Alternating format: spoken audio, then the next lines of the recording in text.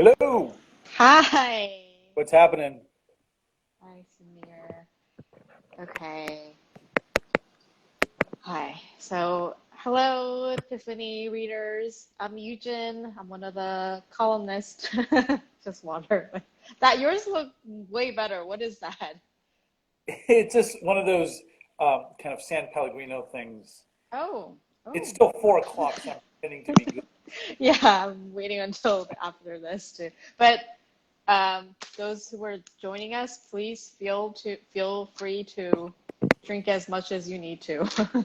But yes, hi, I'm Yoojin. I'm one of the columnists for Epiphany, and I have here with me Samir Pandya. He's the author of short story collection The Blind Writer, which was longlisted for Penn Open Book Award.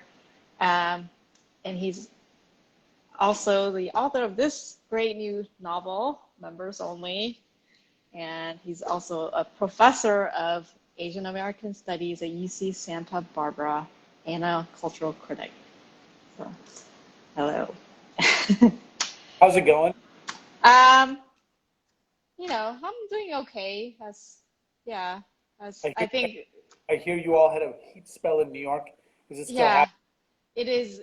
Oh my gosh, it is. It's been unbelievable. One of the doctors I worked with told me if it gets really bad, if you have a patient, I'm also an ER doctor, by the way, to put this in context. So one of the doctors who told me that I work with told me like if I have a patient in heat stroke, to put them in a body bag and then pour a bunch of ice in the body bag, and that would like really like cool them down. But I was like, I don't think anybody, even if they're in a heat stroke, will want to be in a body bag. That's Um, that's those things that you don't quite yeah, have the yeah, of, you know? yeah, but that's how hot it is in New York. Um, Wow. how's it out in California? You know, it's yeah, I feel like I lived in New York, so I don't have to feel as guilty Yeah, about the fact that it's like 70 degrees and it was perfect out there. it's actually quite nice. So, I feel the guilt, but I enjoy the weather at the same time. So That's that's fair. that's just how it feels. Yeah, So, but thank you so much for having me. of course. Happy to have this conversation. You and I chatted, now maybe feels like, I mean, 4 months ago when all this, Yeah, I think it was in March, yeah, so I think right? New York was just beginning to have kind of its lockdown. So, Yeah.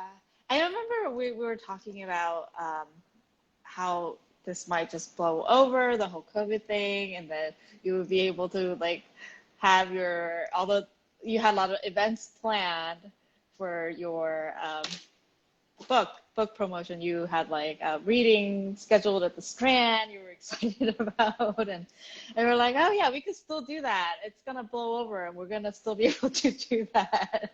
That was in March when we first talked. It's like really funny yeah, thinking about it now. yeah. I mean, And if it wasn't so incredibly sad, not yeah, yeah, with all of it, but I think you're right that you do.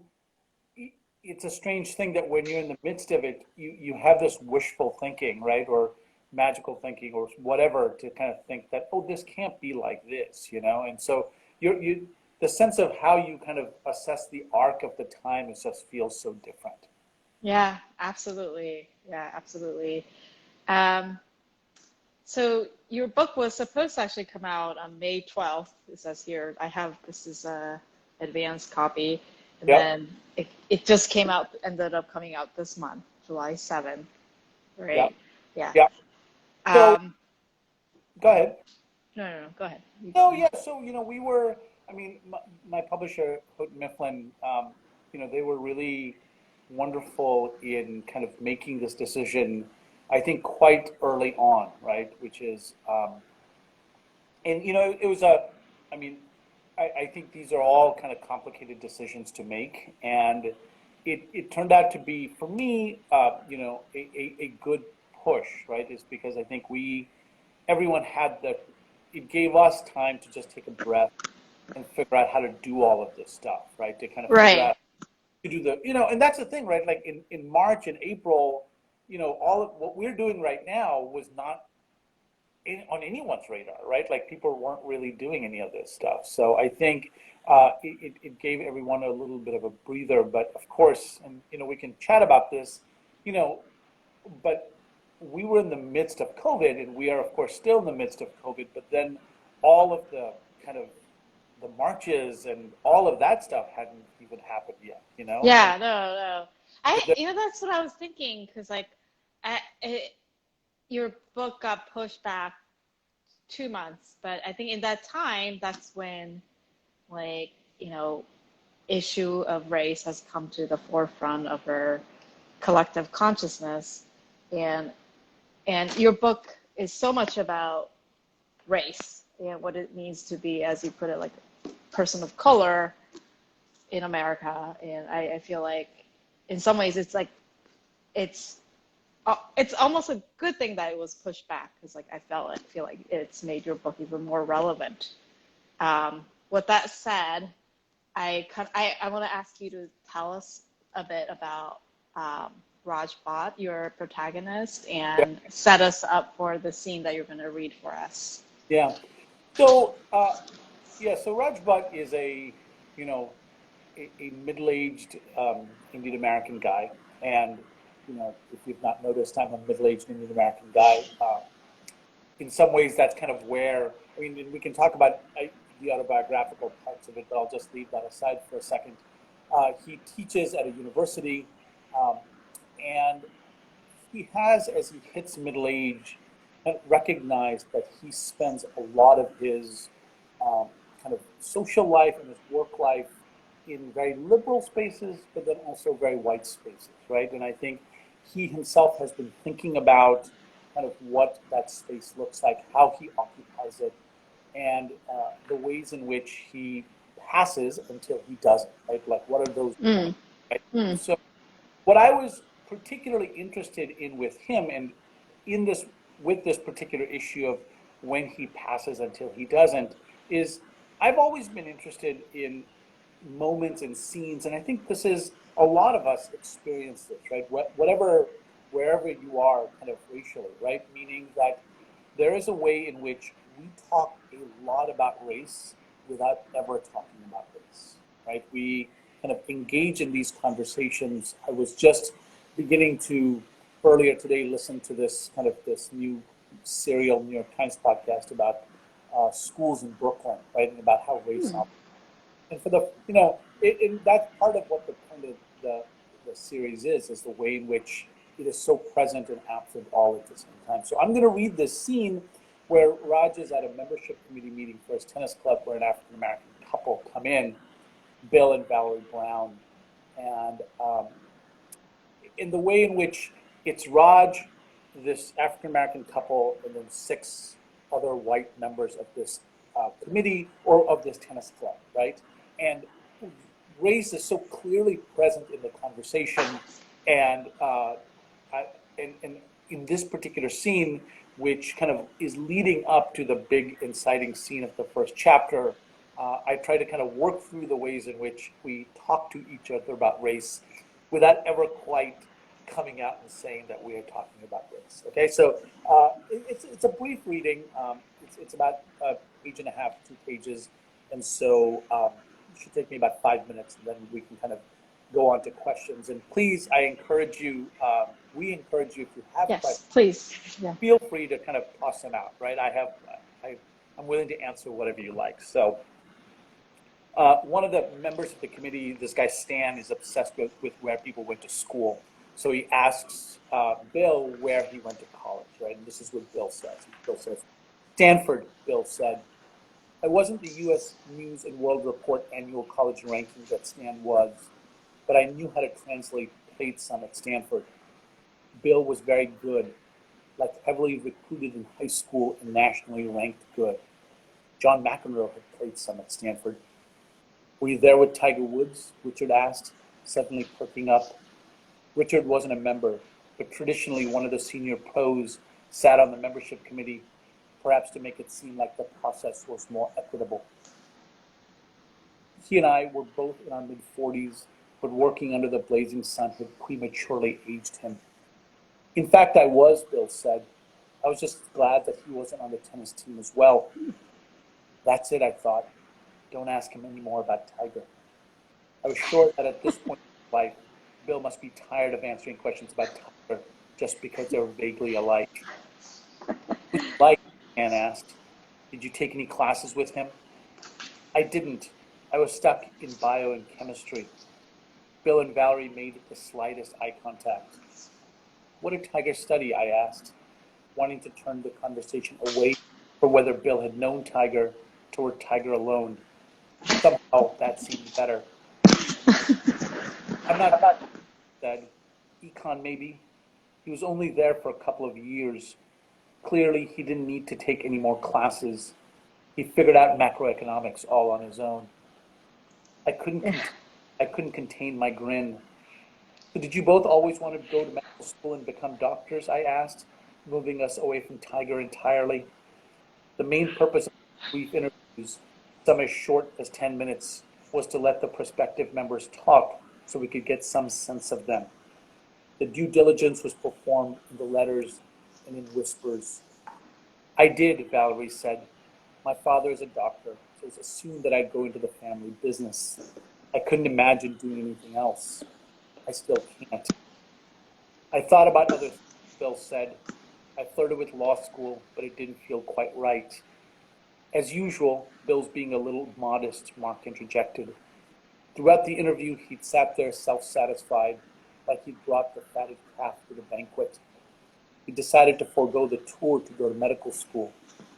This bit of information dazzled the men in the room. They all seemed to lean in toward Bill at that moment. I suddenly felt sad about the state of both my game and my career. I'd done just enough to get by at both.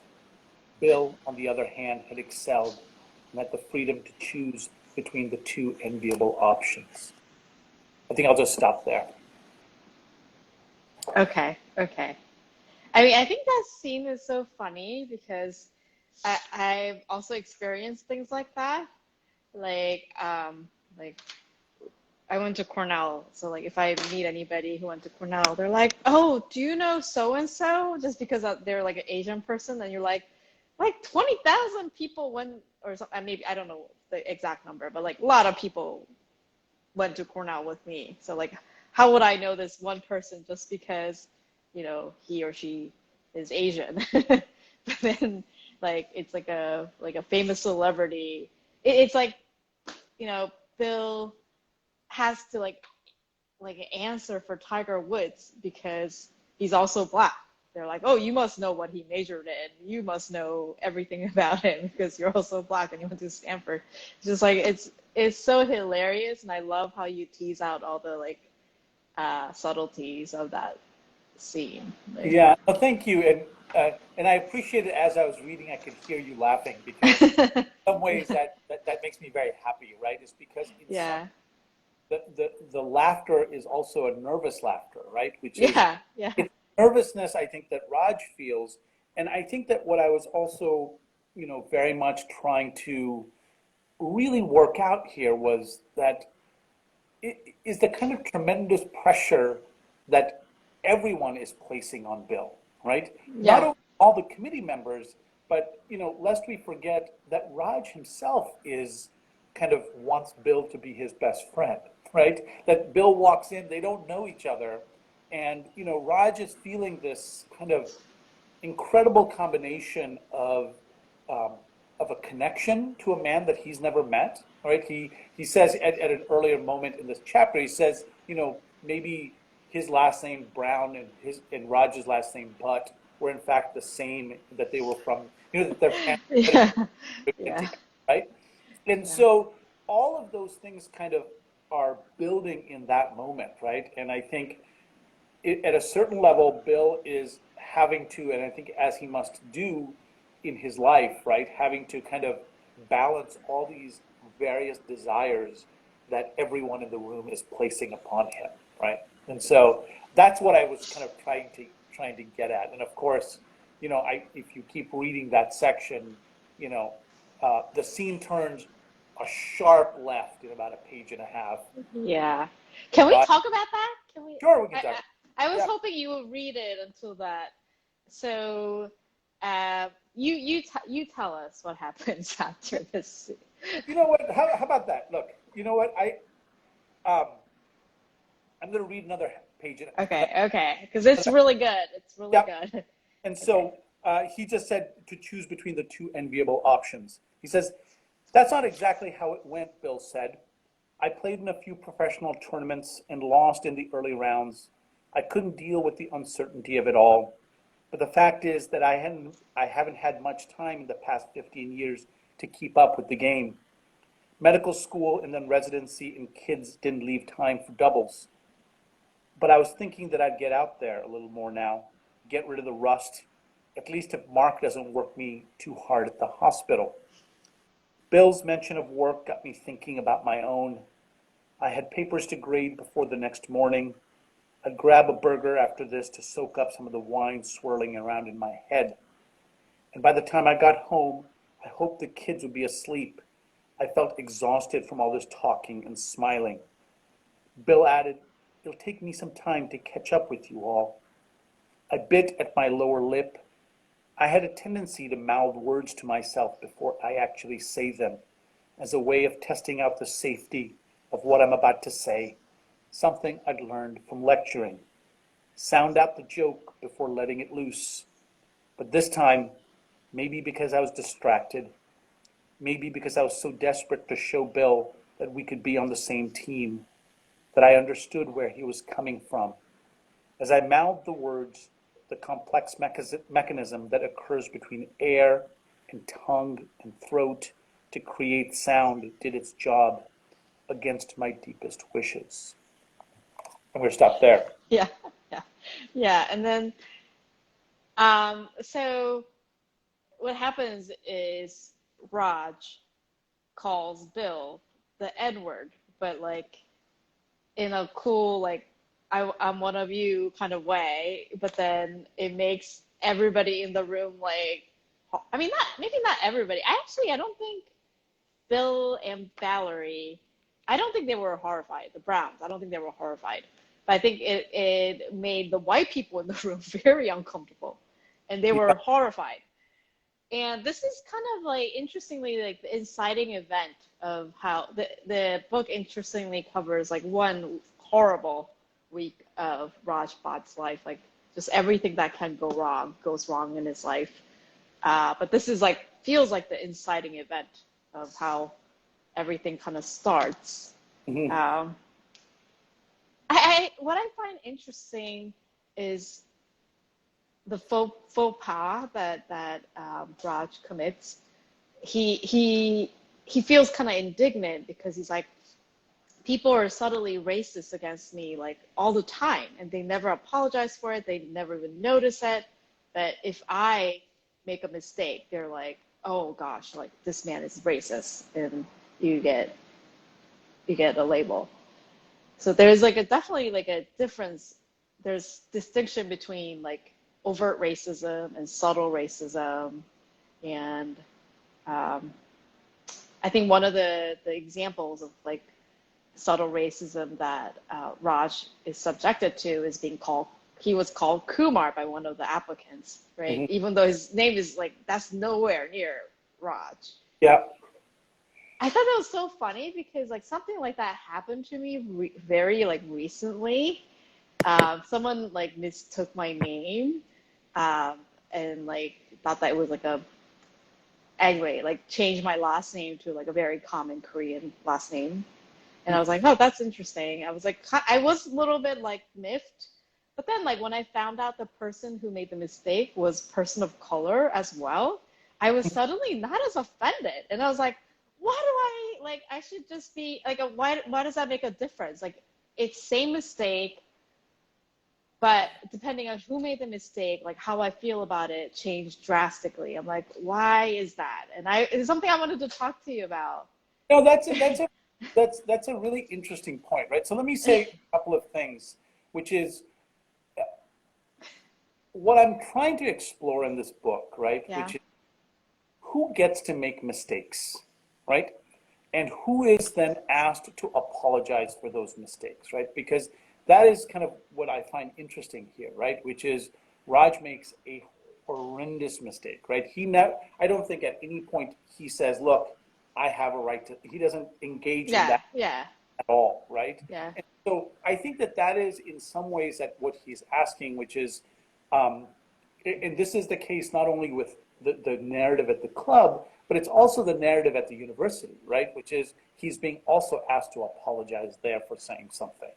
And uh, so on one hand, I was interested in exploring that, right? And I think that hopefully what I kind of have tried to do in this book, in having Raj be both the perpetrator of the problem and a victim of the problem at the same time, is perhaps to open up that kind of emotional fictional space where this shit is complicated, right? Which is, yeah, yeah, I absolutely. just articulated about feeling angry that you're, or frustrated that somebody had mistaken your name, and then in realizing that it was a person of color, and your emotions towards it changing, right? Which Yeah, it is. I think that's what's so fascinating about this, right? That we are, um, that we have certain kind of political ideals about these issues, right? But our emotional relationship to it is changing significantly. And it changes from who it is, and if it's a friend, if it's a close friend, any of those things. If immediately afterwards they're willing to apologize, right? And say, look, oh, I messed that up. Let me redo that, right? It's because, I've done that myself, right? And it's a question of how quickly I am willing to um, kind of place myself out there and say, look, I did this wrong, and let's kind of try to redo this. Um, I also wanted to mention something about kind of who gets flustered or angry about the utterance, right? And about Bill and Valerie Brown. And what was, for me, a challenge in writing this as a first person and not as a third person, right? So if I'd written it as a third person, I could quickly switch into them and try to figure out what's going on there, right? So all of this is through Raj filtering what everyone is thinking, right? So whatever Bill and Valerie feel, I think what was important for me was that Raj had placed them in a situation where they are, in essence, asked to um, be cool about it, or to be angry about it, right? Like, I think that that's in some ways what he feels the worst about, right? Is because he puts them in a situation where they're asked to kind of react in certain kinds of ways. And I think that's what he feels the most kind of uh, hurt with, right? Which is not necessarily what Suzanne thinks or what the other committee members think. It's that these people that he feels close to, he's essentially created the very clear justification for them to ignore him for the rest of their lives, right? For them to be like, okay, I think we're done here. We're going to move on to other things. So that's what I was trying to work through.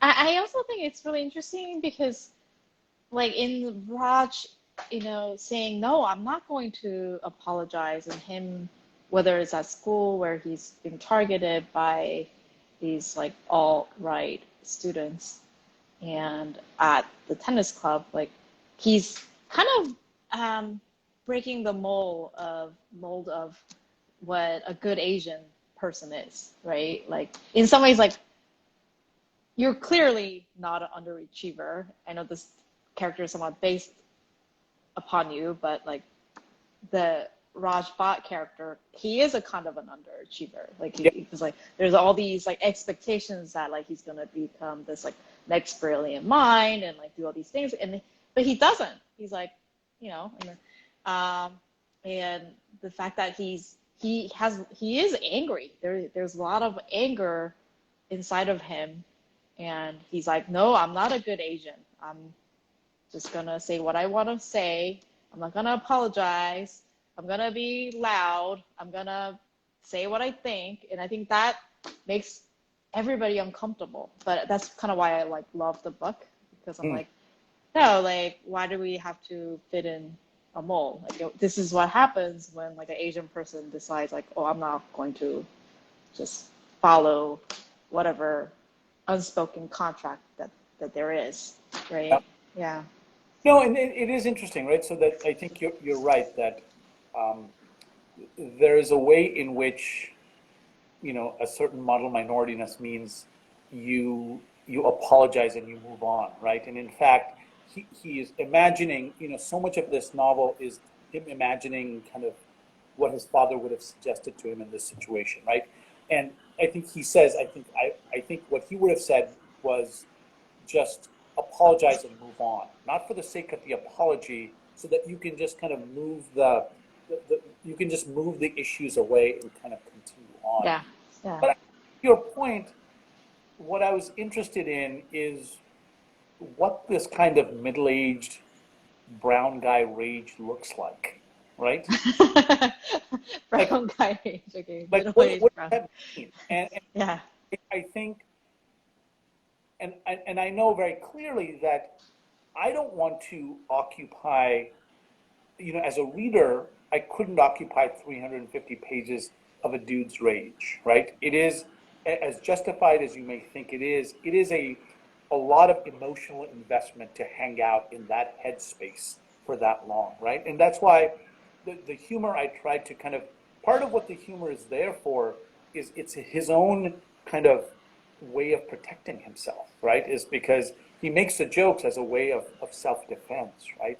But I do think that's a really interesting thing about it, right? Which is that what does it mean for him to be angry, right? And what does it mean for him to constantly be the one, right? Because part of the way he sees himself as this guy in the middle, right? Who makes good with the left and the right, the black and the white, right? And I think um, he has this moment in this week, and this is in some ways the occasion for the telling of the novel, where he says, okay, I may have reached my limit in being the peacemaker, right?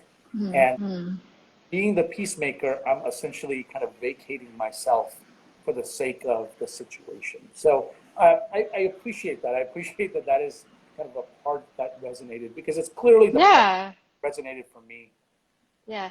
So have you received like feedback from people you know? Like, have your students read it? Like, I'm sure your students are not as they're not angry like the ones in this book. I hope not. They're nice students. No, no, no.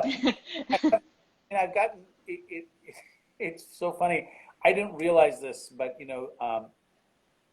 I think at some point uh, I, I have Raj Butt lecturing in a red Lacoste shirt, and a student wrote to me and said, I like your red Lacoste shirt because I think that there was a quarter in which I taught where I wore like a red Lacoste shirt. Darn, I needed to that different color, Uh, but so the students who have responded have been really wonderful, and and by far my students are not the students, I obviously know. like they Yeah. are Yeah. wonderful, and I mean, and so people have responded, right? And I think in positive ways, mainly because, I mean, I think this is what I said earlier, which is about the autobiographical piece of this, right? Like, look, I am not this guy, right? But the stuff that he is getting his fingernails dirty with, which is middle age, fatherhood, failure, success, all the stuff of our kind of, collective 40s lives or 30s lives is, stuff that I contend with, or I continue to contend with. And so I think that at a certain level, because this is also told in the first person, it also feels like a very personal book, right? And it is. And I think people have reacted to it in that way, as opposed to if it had had a certain kind of third person distance, I would do, I think you'd have a very different reaction to a book if it's Yeah. told Oh. certain kind of, objectivity that is not the case in this book. Absolutely. I did feel like reading the book, like Raj is someone like I, I could identify with him a lot because he was born in India and then he immigrated when he was like, how old was he when he He's immigrated? Eight. Eight. Yeah, that's exactly like my age when I immigrated to America as well from Korea. So, and that he has carries this like nostalgia and like this need to belong, but feeling like he doesn't completely belong. And like I think you've captured that really well in the book. That like that 1.5 generation nostalgia was the ennui. Like you've captured that really well. And, Yeah. I mean, did you come when you were 8? uh, it was like I was actually 9. I Yeah. just turned 9. So Yeah. this is a question I get a lot, and so I actually want to ask you. I'm assuming you remember a tremendous amount from those first 9 years. And you know, like I'm working on a memoir right now, and I even the things I don't think about all the time, I realize like there's a lot like underneath in my consciousness, like just where I was living, like yeah. So Yeah. um, yeah, I And do remember. it's interesting because it's there's a way in which what I've realized is if you live in a different country for the first 8, 9, 10 years of your life, and then you have this massive move, like there is so much stuff that gets stuffed into your consciousness, right? Which you don't even know is there. And I think for those of us who are writers, I think we spend the rest of our kind of writing days basically unpacking all of that stuff that's in there, right? And it kind Yeah, of yeah, pops up,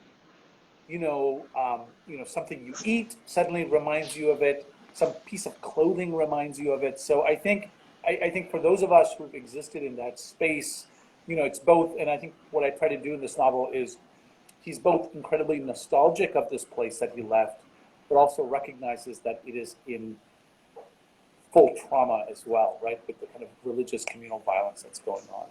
yeah. Talking about that, like your book spends some time exploring the 2002 Gujarat riots, and in the interview that came out earlier this month, what this was your answer. You said that what happened in Gujarat in 2002 is what might be brewing in America. Reading the news these days is hard not to think that the lines of divisions are getting more and more entrenched. As a writer, I have always been interested in exploring how small moments have embedded within them much larger, complex histories. That small moments can be the predictor of big things. Can you can first of all, can you just tell us a little bit more about the Gujarat riots and yeah, then Yeah. what So you meant by that? my family is from Ahmedabad, which is the capital city of Gujarat, and you know there's a narrative in all of these Indian cities that things are mellow here, it never gets violent, there's no communal violence, right? But in 2002, um, there was a kind of a series of moments that led to massive Hindu Muslim violence. And Yeah. when it was all said and done, a lot more Muslims had been killed compared to Hindus, right? And so on one hand, what Raj is doing is he is thinking about this city and this violence and thinking about what is it when you live in a city where Muslims and Hindus have lived for a long, long time, right? And what happens when suddenly that changes, right? What happens when you're able to turn kind of a knife onto a neighbor in a way that you would have never imagined in another moment, right? And as Raj is thinking about this, what he's also trying to work through is at a certain level, what's happening at a tennis club or what's happening at the university campus, they're really small events, right? They're innocuous.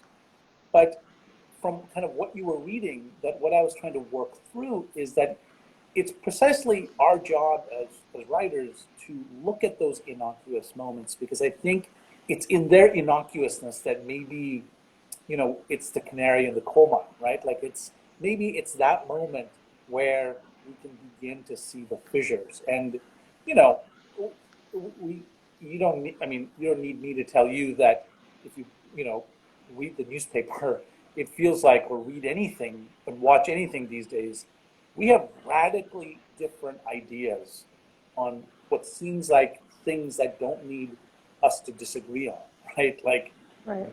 or whatever it is, suddenly there is these kind of communal differences about what people think. And so I was basically trying to see what that overlap looked like and kind of what happens. We always think that craziness is other places. And I'm wondering if actually craziness is not other places. Yeah, absolutely. Like what's happening um, in the past few weeks, few months, it's um, I so like you mentioned that we talked briefly about like someone mistaking my name and like how I felt about it changed depending on like the race of the person perpetrating the mistake. Hmm. And I think I can kind of extrapolate that even further because before everything that's happened, like if like I would just say like rioting is bad, looting is bad, but in the past few weeks, few months, like how I feel about rioting and looting have changed. And I think that's also really interesting. And I'm sure like a lot of us saw the video with activist Kimberly Jones, and she is just um, yelling social contract is broken, and she's saying that the social contracts are being violated by the very people who are supposed to enforce them, hence the outrage. I just wanted to kind of hear your thoughts about that since you are a cultural critic and a professor of Asian American studies. Like, yeah, About social contracts. yeah, Yeah. social contracts and like, yeah, No, it is this interesting thing, right? Which is at a certain level, social contracts work when the people who have, figuratively signed them agree to them, right? And I think that at a certain level, I'm wondering if not only is it that people are not signing on to the same social contract, but maybe yeah, by very different social contracts, right? mhm, That there is a sense that, you know, um, that I have, which is this is what I think is what makes a just society, right? This is what makes an equitable, fair place. And I think that what we are all collectively beginning to realize is that there are people who don't even want to engage in the same conversation, right? Which is they're saying, you know what, you keep your contract, I'll keep my contract, right? And mhm, mhm, it's hard to be a collectivity, right? It's hard to mhm. be kind of have conversations on democracy and us working through these contracts together if people have very different ideas about what they look like, right? And I think this is, so that's in the more kind of social sense, but it is part of what I'm obsessed with, and I think what this book is obsessed with is the ways in which there are social contracts, but people don't tell you what what what's included in them, right? People don't Yeah, yeah, tell you that yeah, this is happening, that this is the language of these social contracts. yeah, Like, yeah, if you're an immigrant, uh, I think you spent a chunk of your life figuring out what the fine print and the citizen yeah, yeah, are, yeah, and you're yeah. really, figuring it out. And um, I find that a kind of a fascinating fictional space as well. Yeah, no, absolutely. Even I remember like even as a when I first moved to America, I brought like shrimp crackers to school, and I was ostracized for bringing snacks that had like crustacean on it, like a huge. They had a photo of a shrimp, and they were like, "Oh my God, like what is?" I mean, nowadays it wouldn't be a problem, but like I didn't understand the social contract of like, no, you can't bring shrimp crackers for lunch. It smells funny and That's it right. looks weird, things like that. You Anyway, know.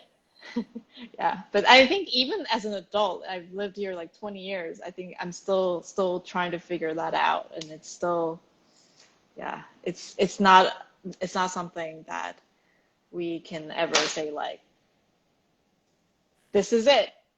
It's written. Let's read Yeah. it and sign our names on it because Yeah. it's complex. And it's, I mean, what's hard is that it's shifting precisely Yeah, because it's written. It is you can change the what is included based on your need, based on who is challenging it. yeah.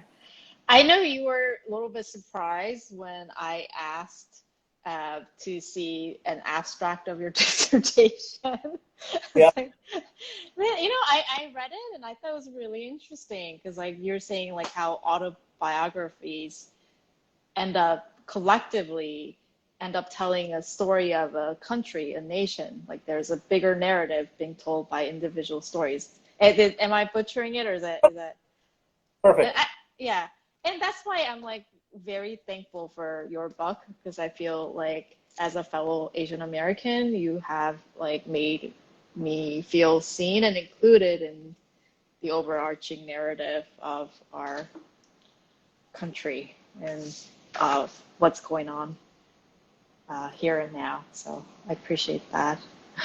No, I appreciate hearing that, right? And I think that this book is clearly not um, clearly not my dissertation, but Yes, but I that's not. think I took the best parts and included it. Yeah, yeah, I think you're making a really interesting point, right? Which is about what what function autobiography serves, right?